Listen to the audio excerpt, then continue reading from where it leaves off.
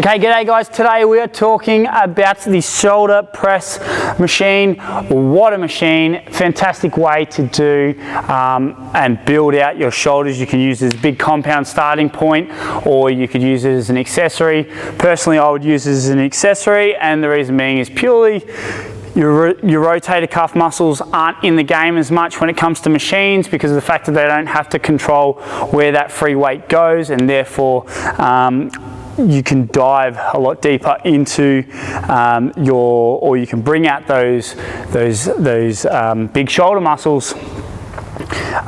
Continue or keep targeting those big shoulder muscles later in your working or in your workout and in your working sets, more so than potentially gassing out those big muscles early and then having to rely on those rotator cuff muscles later on when it comes to your free weighted exercise, and then not having the control and the stability because your deltoids are already pre-exhausted. But that's just my personal opinion. We got there in the end. It kind of took a little while. But let's talk about this exercise. Now, what we need to know about our shoulders is that we actually don't want to perform this exercise bolt upright. Now, this is a really good example as to how we don't want the bench. As you can see, this bench is straight up and down, and with these machines, there's really nowhere to go, okay, because obviously they follow a particular line. So we're going to have to manipulate our body position in order to combat this machine. Why don't we want to be pressing straight up and down? Well, our shoulder joint itself is slightly geared towards a 45-degree angle. So when we're coming down, we actually want these elbows coming down at a 45 rather than coming down at the right angle, because it opens up our shoulder and exposes us to a great deal more risk to injury as a result of this right angle motion. So we want to be slightly in. When we bring it slightly in, we're going to get a great deal more, a better tracking. So it's going to feel better. You're going to gain a lot more recruitment through the muscle, and you're going to feel a lot comfortable, which is going to give you the confidence in order to keep pushing and driving those boundaries and pushing those limits and seeing how far you can take it. So how do we then, if we sit bolt upright, how do I then get in an arch position, or how do I get in that comfortable position so that I don't injure my shoulders? Well, simply all we're going to do is pull our shoulder blades back and down and arch our back. Now, it may or may not go against everything that you've ever been taught, but there's a few things at hand that when we do this, it actually promotes our shoulders to activate. So by pulling your shoulder blades back and down, you create scapular stability. And we know that whenever we are performing any exercise, we want to create as much stability as possible in order to push from, right? A stable surface is a lot easier to press from than, say, something that's moving, right?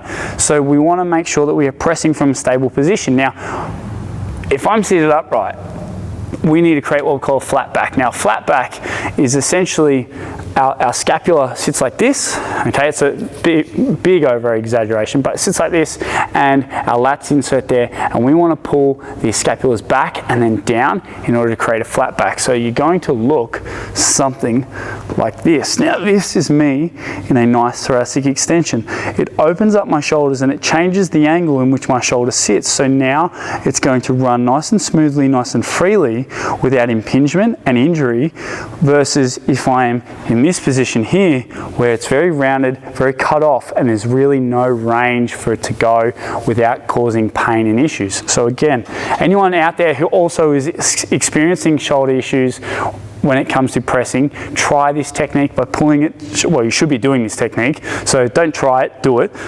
Pull your shoulder blades back and down, create stability, and then press from there. Now, we can also over-exaggerate thoracic extension, which is this position here, by simply placing our feet back and underneath our backside. So when we are setting up for this position, what we are looking to do is create 2, maybe 3 pivot points, okay? And we'll get to the third in a minute, but the 2 pivot points that I want you to create is actually your hips. So your hips are going to be banged up against the backboard, or the back brace, or whatever you want to call it, the seat, and our shoulder blade. So we're going to flat back at first. We're going to push our hips up, and that's where we want 1 and 2 points to be. Now, the third position is dependent upon how tight you might feel through your lower back. Now, I've been doing this for quite some period of time, so my back's quite loose and limber, and I'm able to place my feet underneath my backside. However, I have heard of guys experiencing a little bit of lower back loading when it comes to that, but if they put their feet forward, that they feel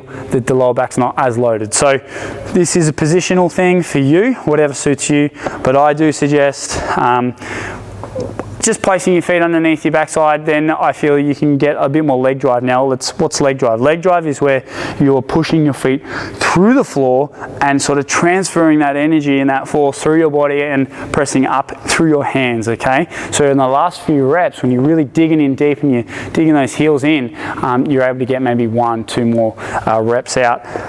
By placing your feet underneath, it just almost acts like a bit of a spring, so you can really drive a little bit more and get that weight moving a little bit better. Okay, so let's talk about this, or how to set this up. Start your major point that we want to start in is your shoulder blades, so make sure they're being pinned back and down. Okay, from this position we're going to slide our backside up towards the back of the bench. Now I'm touching the back of the bench, and this creates my point 1 and point 2 of the leverage point. From here, well, we can use our foot, so that's a bad example, but we'll slide up. Okay, now I'm fortunate enough with this one that it has a point in which that you can use a lever to get it up, or you can just get in position and then press through there. So again, points 1, point 2. Now with your feet, you can either have them back or forward, that's up to you. I'm going to have mine back. Grab a hold, and then from here, ooh, nearly got me. From there, press up. Okay, so elbows are going to come underneath my wrists, and I'm going to think that this is all one straight line. So elbow underneath the wrist. Now let's talk about hands and how I want you to hold the handle. A lot of people, when they press or do any pressing movement, they allow the weight to sit, or they just grab it straight on, and the weight ends up putting their wrists in extension position like this. Now, if you think about when you're trying to push all that force through your feet and up through your hands, what's going to happen is that the force is going to travel through this wrist joint or through these bones, but the bar's here. So you're kind of losing out on effort. So that bar's always going to be dependent upon this wrist joint and how strong this wrist joint is. What we want to do is we want to shore up this joint and create more stability by simply changing the position of the handle in order to keep your wrist nice and straight and press up. So when you do drive, that all that load is pressing and coming through your arm and into the bar and up and above. Okay, so how do we set that up? Well,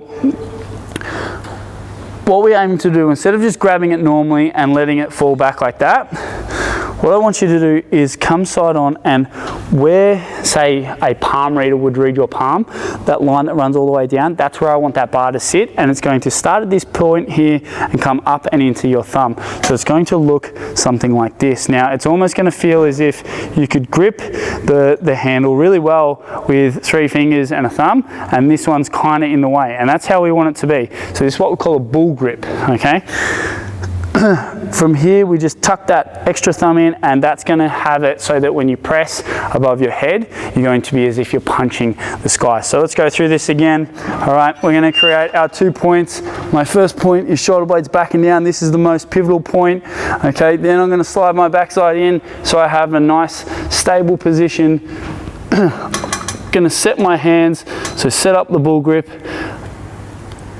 And then I'm going to place my feet underneath my backside. From here, press. 1, 2. Elbows are traveling underneath my wrists, and I am just driving up nice and strong. Now with my hands also, here's an extra little tip. Think about driving your hands out. So when you're doing this exercise, that you're almost pulling this bar apart. Now, fortunate enough, this is 2, but let's pretend that it was 1 and that I'm trying to pull it apart like that. That's how I want your hands to be. You're not going to physically move your hands, but you're going to just create this little external force, and then whilst you're pressing up, you're going to keep more tension through those delts. So again, I'm going to set my position, shoulder blades back and down, points 1 and 2, set my feet, bull grip. From here, I'm going to press out. All right. Now, also, hand position when it comes to driving up.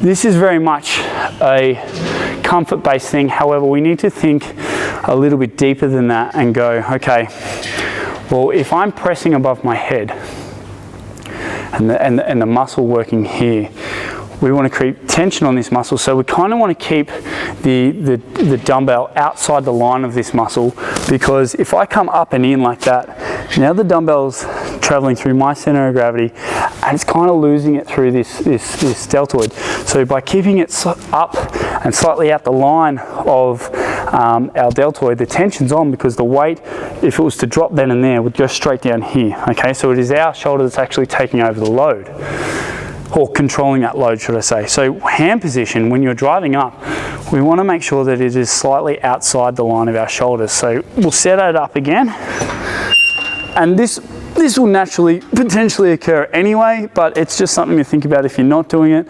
Okay, so we're keeping and I'm looking ahead into the mirror, that setting my hands up so they're just past from the shoulder width. Again, bull grip. Focal point number one, which is or pivot point number one, which is my shoulder blades back and down. Drive my hips up, feet underneath. From here, drive. 1, 2, 3. And you can take this through its full range. So all the way up, all the way down. Get that full stretch through those shoulders. And that there, team, is how you want to go about doing your shoulder machine press.